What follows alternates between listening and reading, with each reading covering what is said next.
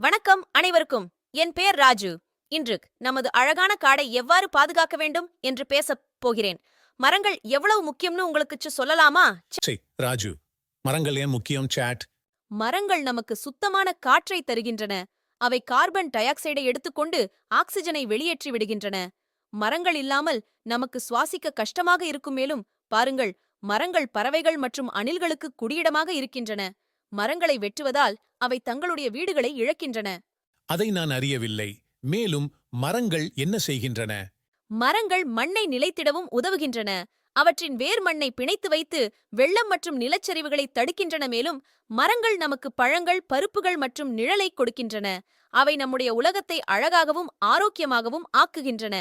Super Raju, மரங்கள் மிக முக்கியமானவைகள். நான் இதுவரை அதை எண்ணியிருக்கவில்லை. ஆம், அவை அவ்வளவு முக்கியம். அதனால் மரங்களை வெட்டுவதை விட மேலும் மரங்களை நட்டுவிட்டு நமது காடை காக்கலாம். நீ சொல்றது சரி ராஜு.